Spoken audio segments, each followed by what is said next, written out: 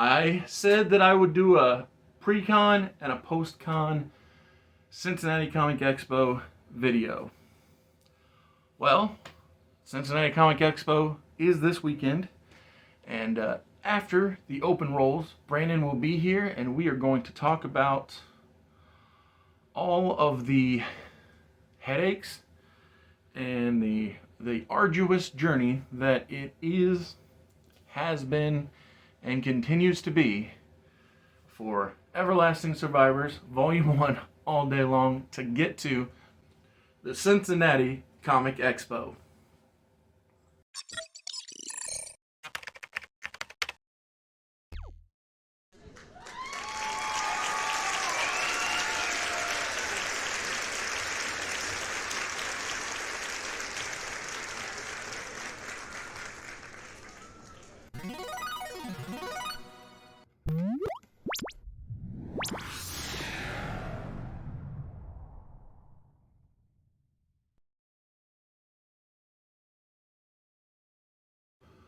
Whew. I wish this was something strong, Brandon. So, I appreciate you joining me for this update video. I know it wasn't what we planned to talk about, but it's the only thing that's on my mind. And we have to get this out of the way before we can move on to upbeat, positive things. Because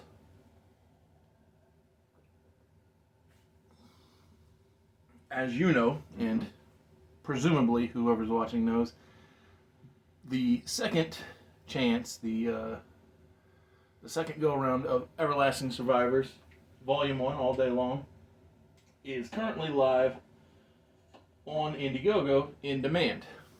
That's important because there are new backers, new people that anticipate getting the book.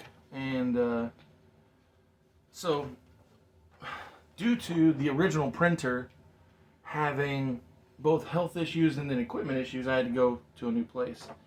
And so I was so excited and looking forward to getting both Febreze E-cover and that their Jeff Hicks C-cover in new second printings of the Volume 1 book. Because, you know, I still have a handful, not a lot, but a handful of the original printings.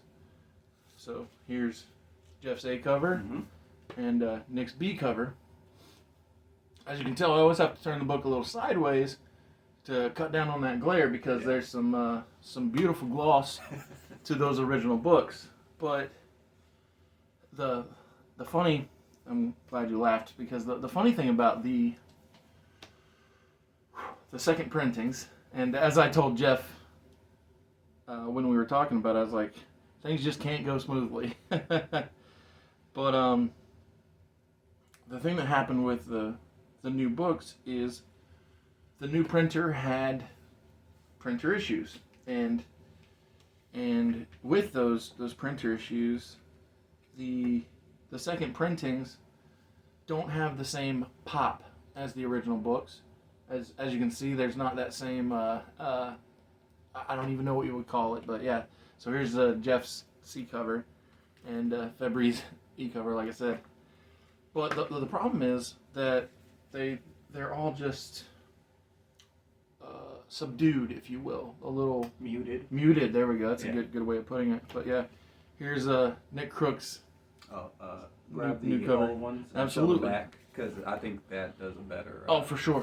Yeah. So here's a side by side of the original cover and then the B, or the reprint. So the size is a little off, and like I said, the shine is a little off, or more than a little. It's off. And so with that, the upside is the printer will be reprinting, and the new covers will go out to the people who backed, and I will have product for anybody who wants one. But the downside is I won't have the books in time for the convention, and so it'll just be original first printings, which is, that's good. First printing was fine. I'm limited on quantity, so just, like I said, I was always going to do this video about the update. I was just hoping that it would be hyped and jazzed and be like, oh, look how great, it's a new day. Mm-hmm. But unfortunately, it's Not up to par, the standards that you... right. Yeah. And the thing is that I will say this, I appreciate the new printer understanding my reservation. So with them not printing the original books, they didn't understand what I was looking for, because I wasn't clear on the terminology to use, and they, we both just assumed that we knew what the other side was looking for. And so now that we're on the same page, we have the ability to rectify, the misunderstanding. Mm-hmm.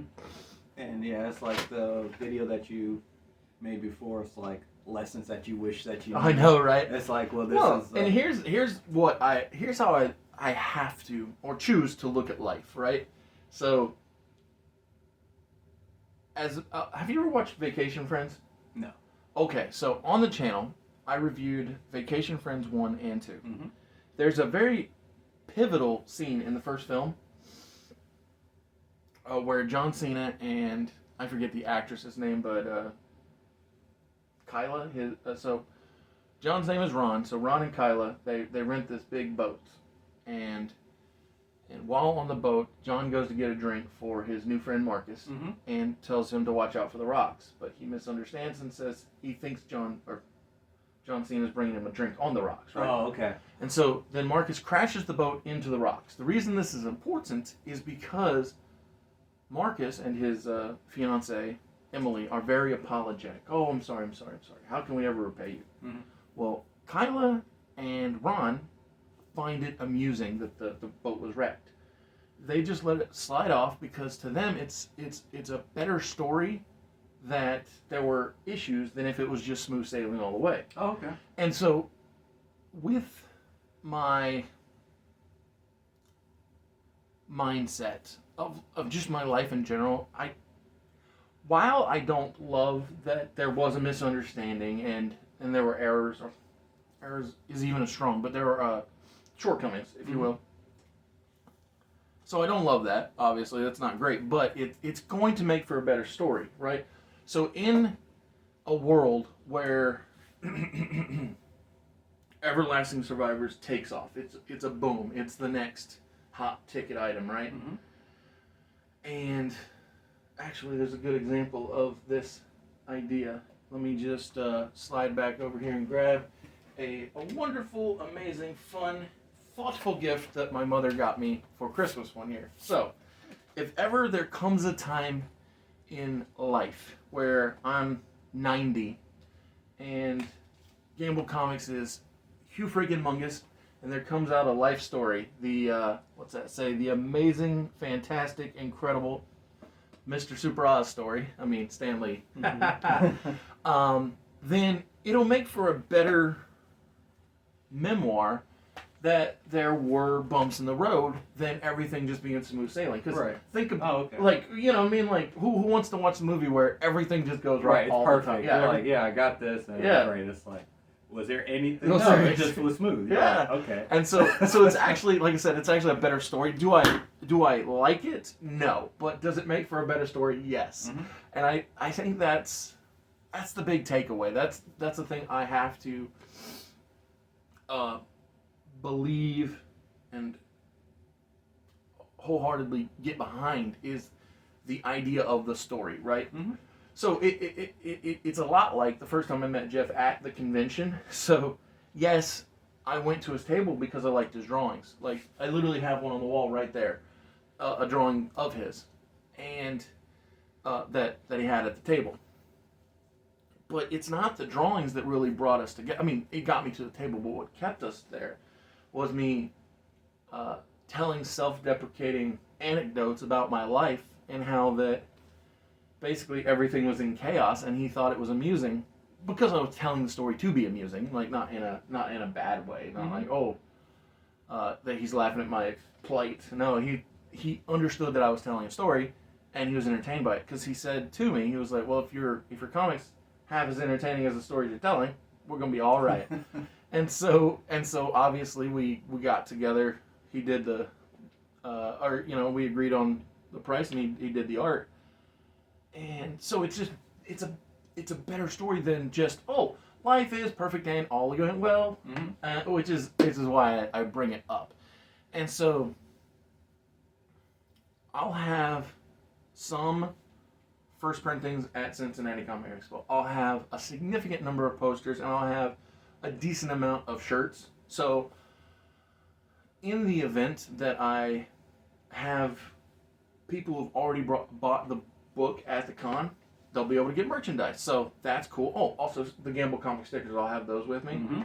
So it won't be for nothing. And furthermore, even if all I get is more subscribers to the channel, because I got business cards to give out to help the growth from there, and then people then would buy books after the convention, that'll be great too. So it's not all hope is lost, is the point of the video, and that'll probably be the name of the video after I said that.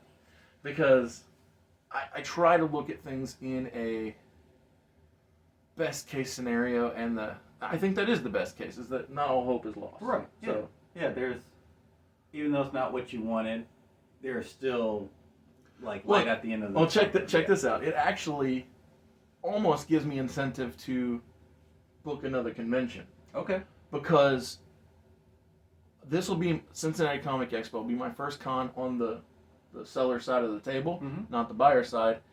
And so that'll give me the experience, but then when I get the fresh, beautiful, glossy covers in, it'll drive me, fingers crossed, I hope, to want to get another table to get the better experience, to go all in, if you will. Yeah, you can use this experience as learning on how to engage in mingle. Yeah, and you never know, you might meet somebody and they're like, damn, I like this. And then, and then you never know. Yeah, so, because the thing is, I don't really want to sell out, but I'm cool if somebody wants to buy in. Yeah. You want to help fund this? I'm all for it, baby.